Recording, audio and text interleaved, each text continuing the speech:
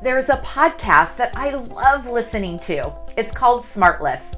You may have heard of it, and if not, by all means go check it out. Just be warned, it has adult content in it. But it's hosted by 3 celebrities, Will Arnett, Jason Bateman, and Sean Hayes. And I love the format. So one of the celebrity hosts is in charge of getting the guest for that week. The other 2 have no idea who the guest is going to be until they show up on the video in the live interview. And true to podcast interview form, they're asking questions throughout. Well, one of the celebrity hosts has a particular way of asking questions, and he'll remain nameless, but if you listen to it, I'm sure you'll figure it out pretty quickly. Well, he asks really insightful, amazing questions that I can't wait to hear their response to it. But this host, after he asks the question, he provides examples. Now, these examples are not necessarily how we might think of a traditional leading question, right? So if you've ever been in that situation where someone's asked you a question and they want you to answer in a particular way, I had a boss who used to do this. So he would ask the question and then he would keep answering or giving these examples or asking in a way that was just trying to get me to answer how he wanted to hear the answer. Okay, this is not what this host is doing. This is not what I'm talking about.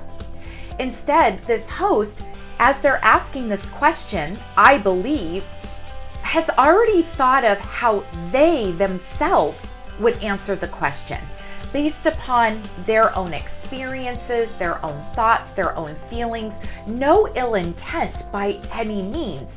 But then after he asks the question, he says, is it this or maybe it's this? All based on the interviewer, the question asker's experience. What's the risk here?